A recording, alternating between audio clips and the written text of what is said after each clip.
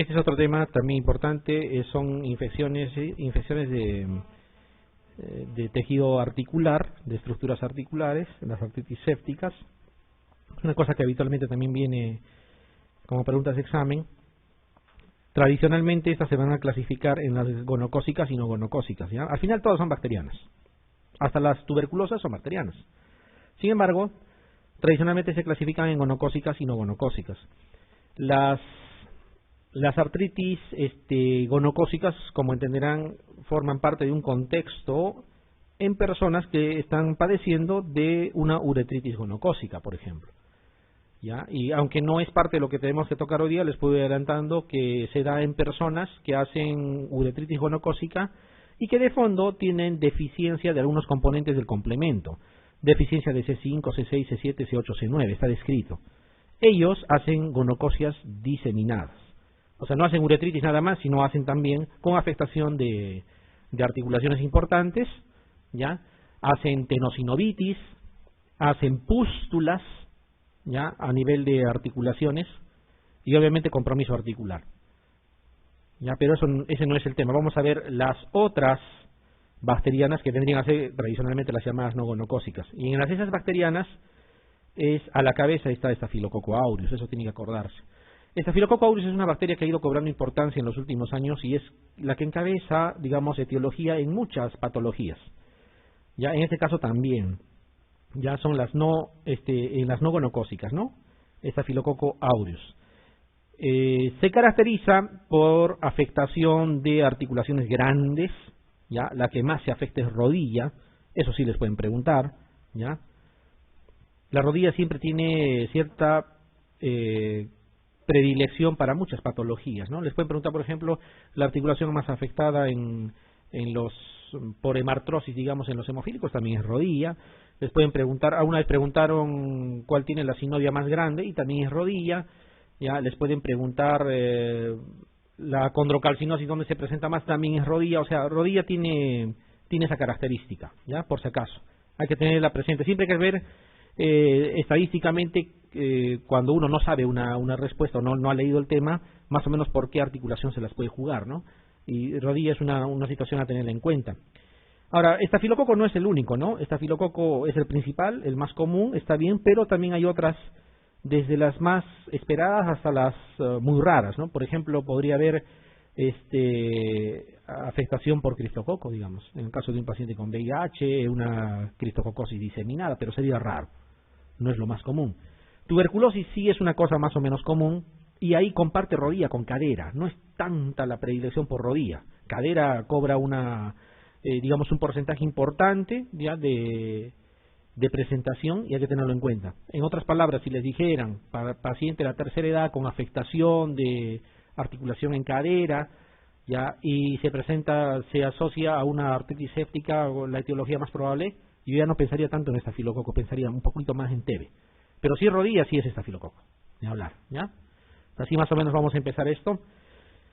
Fíjense que en todos los grupos de edad se puede presentar, pero como toda patología tiene su predilección. Tiene su predilección en mayores de 65 años. ¿Y por qué en este grupo? Justamente porque está asociado a alteraciones anatómicas o estructurales.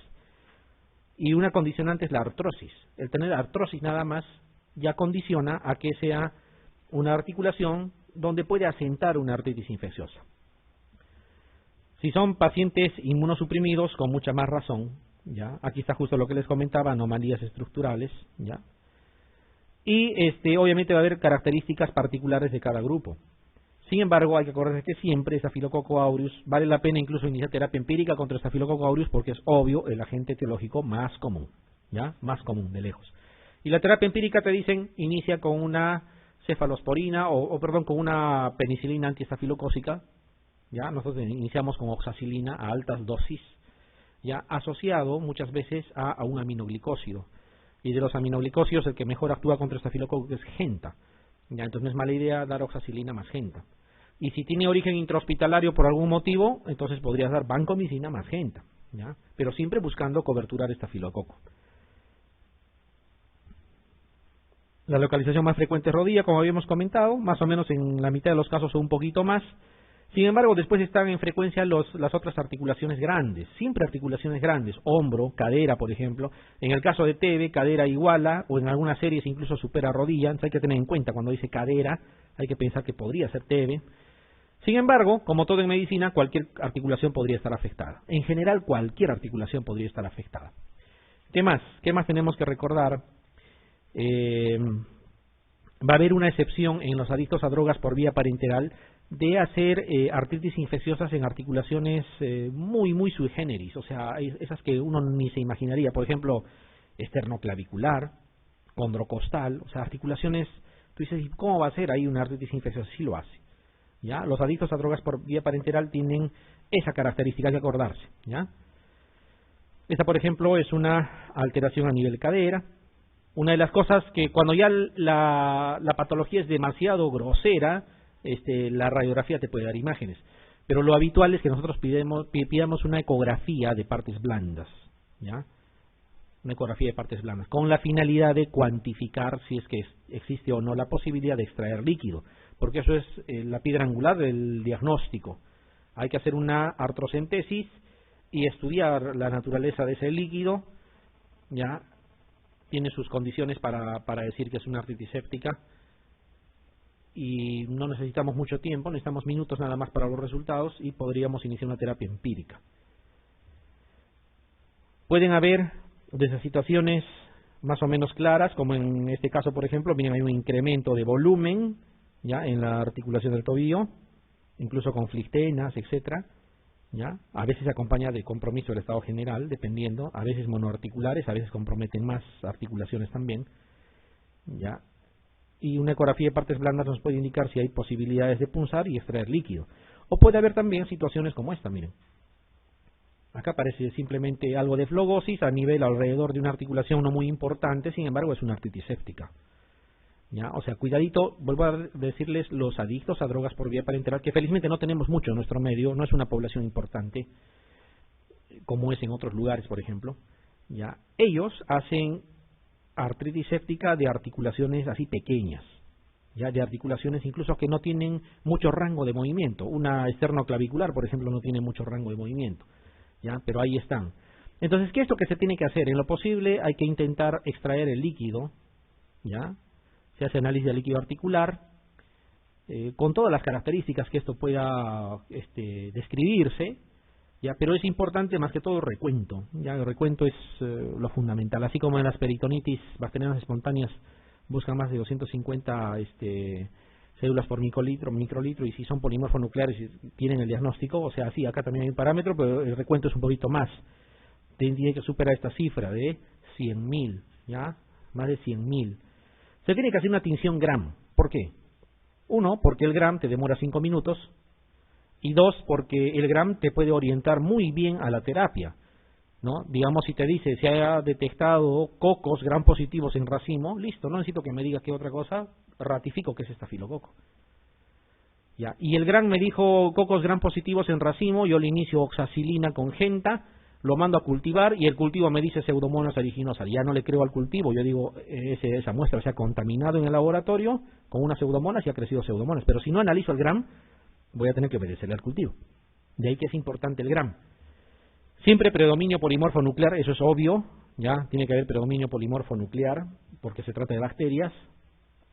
Ya, y son los dos parámetros que nos interesa ver. Aquí no hay que estar descartando el consumo de glucosa y ese tipo de cosas, porque eso no nos ayuda mucho, pero sí el recuento y si es posible en el Gram qué cosa estamos viendo, ¿ya? Para iniciar la terapia. Si esto resulta nada claro, igualito hay que iniciar terapia, ¿ya? Hay que iniciar terapia como parte del manejo. Y aquí está lo que les comentaba, esta artritis séptica en pacientes adictos a droga por vía parenteral, vamos a encontrar articulaciones poco usuales, articulaciones axiales, les hablaba del esternoclavicular que predomina bastante. Pero miren estas otras que son un poco raras también en cuanto a presentación, condrocostal, sacroiliacas, sínfisis pubiana incluso. O sea, como yo podría pensar que ahí va a haber una artritis séptica, pero sí lo hay, ¿ya? Sí lo hay. Cuando existe patología de fondo, o sea, cuando hay alteración estructural, ya degeneración de la propia articulación preexistente, este es un requisito, ¿ya? O es una condicionante que favorece a que se presente ahí artritis de tipo sépticas.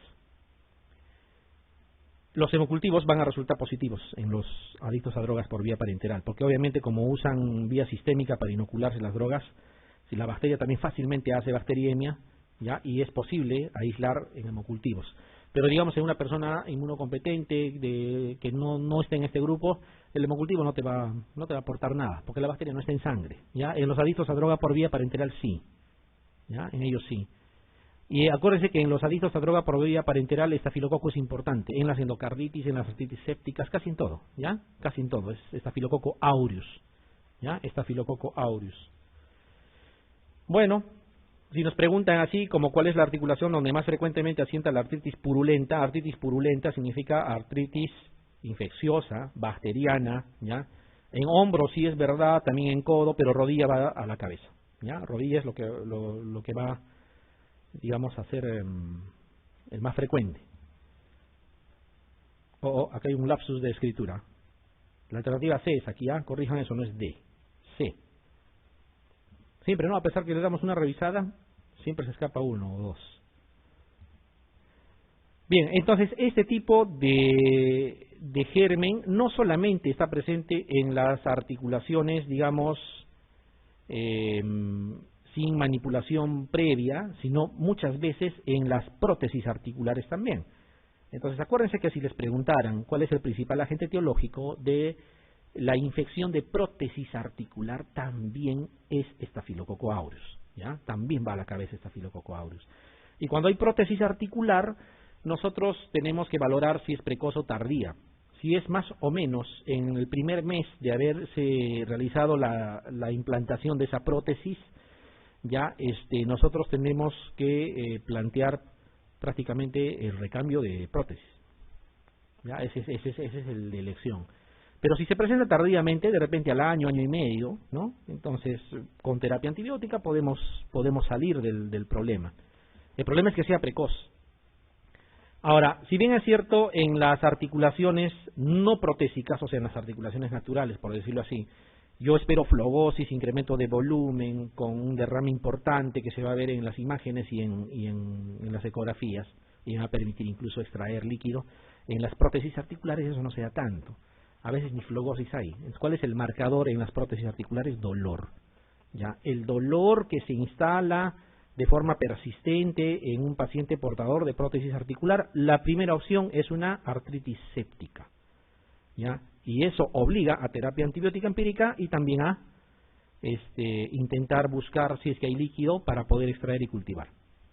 Si es tardía, va a responder bien a la terapia antibiótica, pero si es precoz, generalmente vamos a terminar con recambio de prótesis. Y esto es un problema cuando se trata de una prótesis de cadera, por ejemplo, ¿no? En una prótesis de cadera, tanto la técnica como el costo de realizar esa intervención es alta y a veces no está al alcance pues del usuario, ¿no? Entonces es importante que la persona esté libre de cualquier foco infeccioso previo a un implante de prótesis articular. Y foco infeccioso incluso distante, ¿no? Incluso focos odontológicos, infecciones de tracto urinario, etcétera. Hay que desfocalizar bien, porque lo contrario, por bacteriemia puede fácilmente llegar y estaríamos prácticamente, por gusto estaríamos haciendo el implante porque prontamente va a tener que ser retirado. Bueno, aquí nos comentan de una persona de 72 años que padece de gonartrosis, o sea, artrosis a nivel de rodilla, ¿no? Desde hace 15 años. Aqueja dolor y tumefacción espontáneas en rodilla derecha. Al ser evaluado en emergencia se detecta colección intraarticular, o sea, es una artritis séptica lo más probable. Que a la punción o artrocentesis resulta purulenta. Ya pues está clarito, es una artritis séptica. Dice la bacteria más probablemente causante de este cuadro clínico, nos dan las alternativas y no lo duden, independientemente que tenga 72 años, tenga 15 o tenga 20, siempre va a ser a la cabeza estafilococo aureus, incluso si es una prótesis articular, ¿ya? Incluso si es una prótesis articular. Muy bien, estafilococo aureus aquí. Por eso es que la terapia empírica es con cobertura para estafilococo, ¿no? Siempre OXA, hay que pensar, entre OXA y banco, ¿cuál llega mejor a articulaciones? OXA, de lejos llega mejor. ¿Ya? ¿Cuál actúa mejor en medio ácido, o sea, donde existe pus y todo lo demás? OXA, porque la vancomicina se neutraliza fácil, ¿ya? El problema es que algunos estafilococos tienen una PBP2A, como saben, que te inutiliza todos los betalactámicos, y la situación es, bueno, ni modo, ya que no puedo usar un betalactámico, ni modo, tendré que usar un glicopéptido. No es a lo revés, me aseguraré con el glicopéptido para cantar victoria, no es así. ¿Ya? La primera opción, ojalá se pudiera usar siempre oxacilina. Cuando hablamos del sistema nervioso central también. ¿Ya? Bueno, la artrocentesis es importante, ¿ya? Y el GRAM, a manera de recordar lo que hemos dicho. Esto sale casi al instante. ¿Ya? Bueno, exagerando, en menos de una hora tenemos este resultado. El cultivo no, obviamente, pero sí tenemos el GRAM. Cocos gram positivos en racimos, ni hablar, está corroborando lo que estamos sospechando y podemos continuar. Pero imagínense, por decir que fuese una persona que ha estado hospitalizada, es una persona que tiene también pie diabético, por ejemplo, donde fácilmente un diabético se coloniza con pseudomonas, y en la punción encontramos bacilos gram negativos. No voy a pensar en estafilococo, pensaré en pseudomonas y le daré terapia antiseudomonas. O sea, por eso es importante el gram, porque si voy a esperar el cultivo me van a dar en algunos días. ¿Ya? Entonces no es lo más conveniente, ¿no? La terapia empírica tiene que ir siempre dirigida. Paciente de 23 años, adicta a la heroína y cocaína intravenosa. Consulta por artritis esternoclavicular derecha de una semana de evolución. Cuando yo veo esto, de inmediato ya me doy dando cuenta que debe ser una artritis séptica, ¿no es cierto? Porque ese es el lugar donde más o menos asienta en esta población. Se realiza una punción de la articulación en la que se obtienen unas gotas de material cero sanguinolento. La tinción de GRAM muestra algunos polimorfonucleares, hematíes y muy escasos cocos GRAM positivos en racimo. Está clarito todo. ¿Qué antibiótico elegiría para iniciar el tratamiento? Aquí viene la situación que les acabo de comentar y que uno en las preguntas las va a enfrentar también.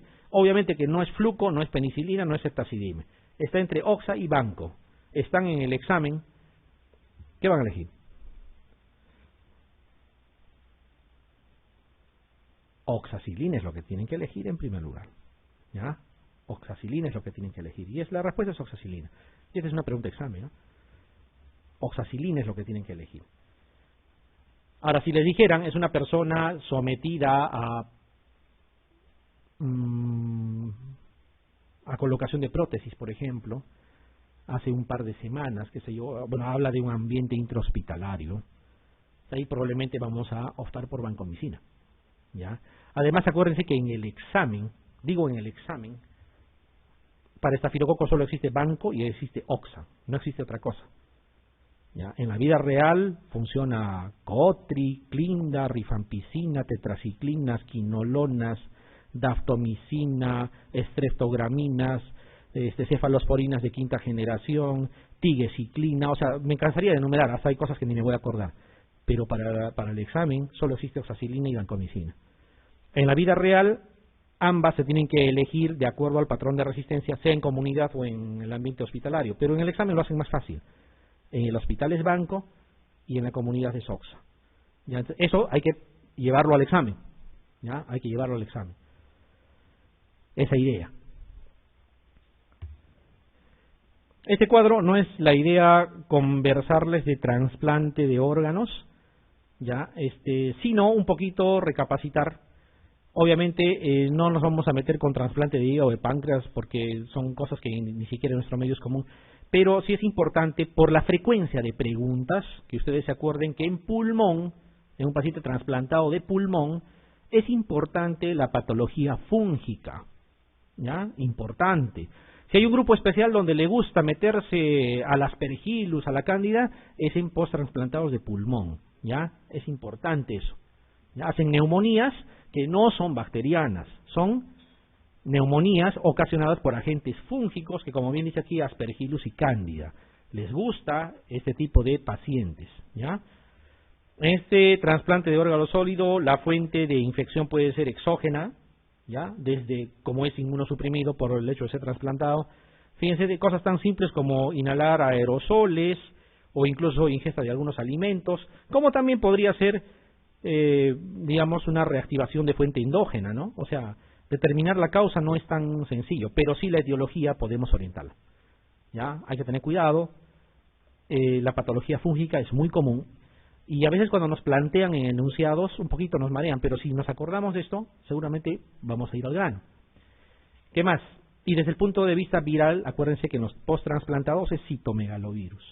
¿Ya? Ahora, no esperen un cuadro de enfermedad por citomegalovirus aparatoso, o sea, no esperen un paciente que hace fiebre, hipotensión, no. Es un paciente post-trasplantado que hace cuadros subfebriles o a veces fiebres, pero muy bien toleradas, con alguito de incremento de transaminasas, de repente ni siquiera hace mucho malestar, etcétera.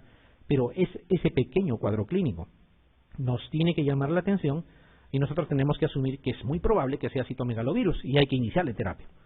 ¿Ya? Hay que iniciarle terapia. Siempre por reactivación la mayoría de las veces, ¿ah? ¿Ya? Siempre por reactivación. Sin embargo, aquí está, ¿ve? Para que se den cuenta, citomegalovirus va a la cabeza, pero no es lo único, ¿no? Puede estar todo lo demás, miren, ¿no? Hasta virus raros, como ese virus del Nilo Occidental, por ejemplo, que lo enumeran acá, ¿ya? Pero a la cabeza pues va a ir citomegalovirus. No pueden descartar por igual con la misma posibilidad a todos los demás. Citomegalovirus tiene que ir a la cabeza, ¿ya?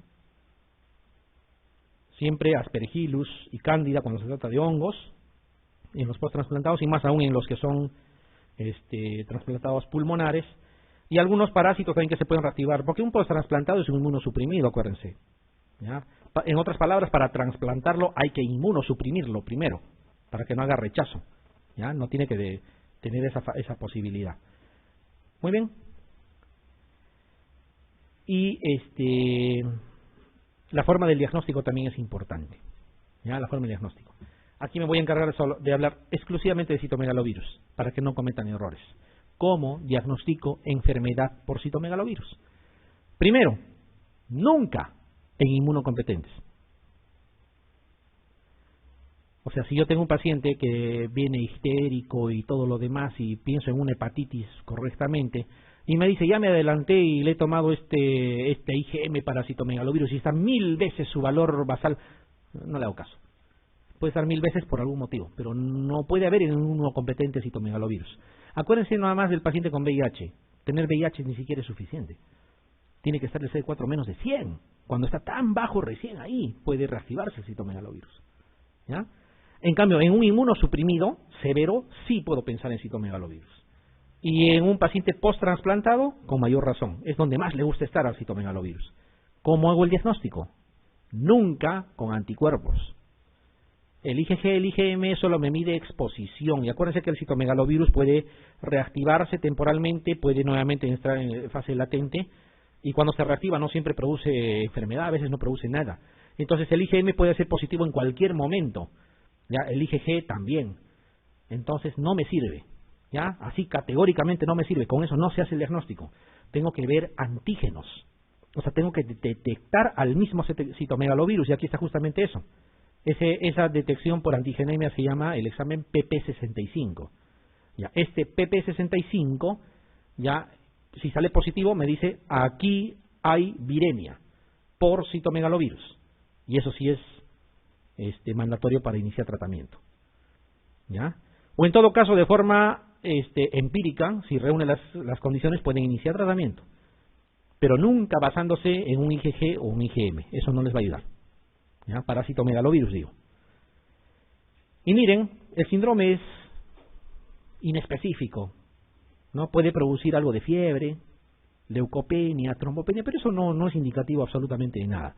Entonces, no es un cuadro aparatoso, por si acaso, la enfermedad por citomegalovirus, ¿ya? Pero sí requiere tratamiento, ¿ya? Requiere tratamiento. Y bueno, y puede haber, en muchos órganos puede presentarse, ¿ya? Pero la viremia es muy frecuente. Por eso, miren, aquí también habla otra vez del PP65, ¿no? Ese es para medir viremia en sangre. Ahora, si está alojado el citomegalovirus en un órgano, tiene que ser por anatomía patológica. ¿Ya?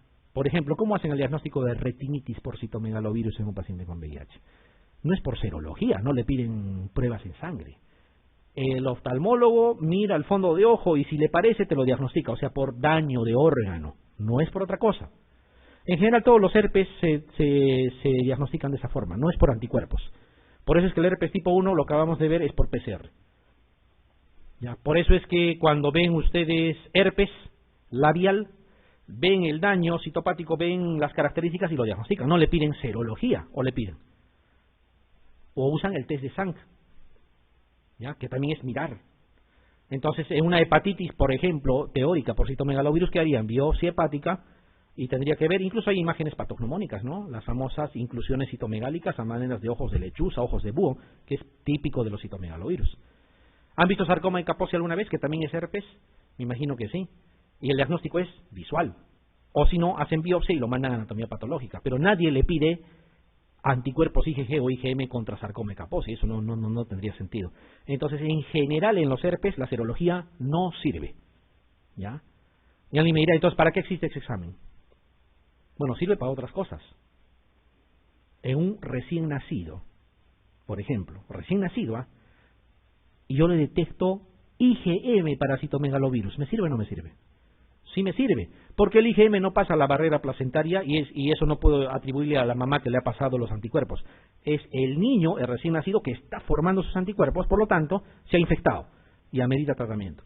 O sea, sí sirve para algunas cosas, sobre todo en edad pediátrica, pero para diagnosticar lo que estamos comentando no, ¿ya? Entonces, por ahí va la cosa. Bueno, a ver, vamos a aplicar un poco lo confuso que hemos comentado, porque esta parte no me gusta mucho, pero igual hay que hablarla, ¿no? Hay que comentarla. Dice, en pacientes posttransplantados de órgano sólido, la infección de etiología micótica tiene especial predilección. Miren esta pregunta. Posttransplantados de hígado, posttransplantados de riñón, habla de páncreas, pulmón, médula ósea. Bueno, en cualquiera puede estar. Ya, pero tenía predilección la etiología micótica, hemos dicho, ellos no hacen neumonías incluso bacterianas, sino primero hacen por hongos. Es en los posttransplantados de pulmón. Ahí tiene especial importancia, ¿ya? En los demás también puede haber, pero aquí es donde más se debe tener cuidado. ¿Ya? O lo preguntan así tan fríamente, o pueden preguntarlo así. Ya un poco más confuso, pero miren, dice, ¿qué diagnóstico más probable le sugiere la aparición de un infiltrado pulmonar nuevo en un paciente post-trasplantado de pulmón con neutropenia profunda, te dan incluso el valor de neutrófilos menos de 100, y que ha recibido terapia antibacteriana de amplio espectro durante 3 semanas? Un poco confuso, recibió terapia empírica, antibiótica. Yo podría pensar, incluso si soy un medio morboso en pensar, puedo decir, bueno, ha recibido terapia antibiótica de amplio espectro, de repente carbapenens incluido, y sigo alucinando y digo, la terapia por carbapenens va a hacer que haga presión selectiva, debe de ser un germen productor de carbapenemasa, o de repente es una estenotrofomonas maltófila que también no tiene nada que ver con los carbapenens, y si soy extremadamente ya, ¿qué puedo decir? Maniático en pensar, puedo pensar, debe ser un estafilococo resistente a vancomicina, o sea, puedo pensar varias cosas. Pero si me voy a lo clásico, ¿qué digo? En los pacientes posttransplantados de pulmón, ¿qué es lo que más yo espero? Hongos, ¿sí? Hongos, listo. Neumonía por Pneumocystis carini, neumonía por hongos, afectación pulmonar por la leucemia, o sea, por el cuadro de fondo, neumonitis vírica, neumonía bacteriana, la respuesta es neumonía por hongos, ¿ya? Entonces, no siempre el razonamiento nos lleva a una respuesta, a veces son conceptos, ¿ya? A veces son conceptos. Hay que acordarse de este parámetro, ¿ya? Cuidado, los posttransplantados de pulmón. Y a veces dicen cuál es el agente etiológico y te ponen varios, sería Aspergillus una posibilidad, y Cándida ya va como segunda opción. O esta de acá, paciente trasplantado renal, dice, de 2 meses de evolución, que acude al servicio de urgencias por síndrome febril de 3 días de evolución, bien tolerado. Y o sea, tiene fiebre, pero no lo tumba la fiebre, lo tolera. Es una situación no muy aparatosa. Dice, en la analítica practicada destaca moderada leucopenia, con leve elevación de la cifra de transaminasas. Más o menos lo que les he comentado, ¿no? ¿Cuál sería el diagnóstico de sospecha? ¿En qué sospecharían? Post-trasplantado. Con un cuadro así más o menos inocuo, pero con algo de fiebre, etcétera, etcétera. ¿En qué debo de pensar? Citomegalovirus. Le gusta estar en los post-transplantados. Entonces me dice tuberculosis pulmonar, infección por Helicobacter pylori. Bueno, las alternativas felizmente son totalmente descabelladas, ¿no? Infección por Pneumocystis carini, enfermedad por citomegalovirus y hepatitis por virus C. La respuesta es enfermedad por citomegalovirus. En todo paciente post-trasplantado, en cualquier unidad de trasplante, que tengan un paciente que empieza a hacer algo de fiebre, sin mucho malestar y eleva algo transaminasas, etcétera, siempre se piensa en citomegalovirus. ¿Qué le pedirían aquí? PP65 yo le pediría, porque no tiene foco, no me dice afectación de hígado, de ojo para hacer algo, ¿no? Le pido PP65. Si me sale negativo, cosa que es posible, puedo pedirle carga viral para citomegalovirus, es otra alternativa, ¿ya? Y si me sale negativo también, igual no lo voy a dejar sin tratamiento, de todas maneras tengo que iniciarle, ¿ya? Terapia con ganciclovir en este caso, porque es citomegalovirus. Ya, pero si esto, miren, lo voy a extrapolar, no es un paciente trasplantado. Si yo les digo de repente, paciente varón de 30 años sin comorbilidades y con este cuadro clínico, ¿voy a pensar en citomegalovirus? No, porque es un inmunocompetente. Ahí podría pensar en cualquier otra alternativa. Ya, entonces, esta población es importante, los post-transplantados que inician cuadros febriles, ¿no? Post-trasplante, citomegalovirus es la opción, digamos, a considerar. Y se caracteriza por esto, no muy aparatoso, alguito de alteración en los exámenes, ya, pero bien tolerado, bien tolerado. El problema es que si esto continúa, puede condicionar rechazo al trasplante en algún momento, etcétera. Entonces es importante tratarlo.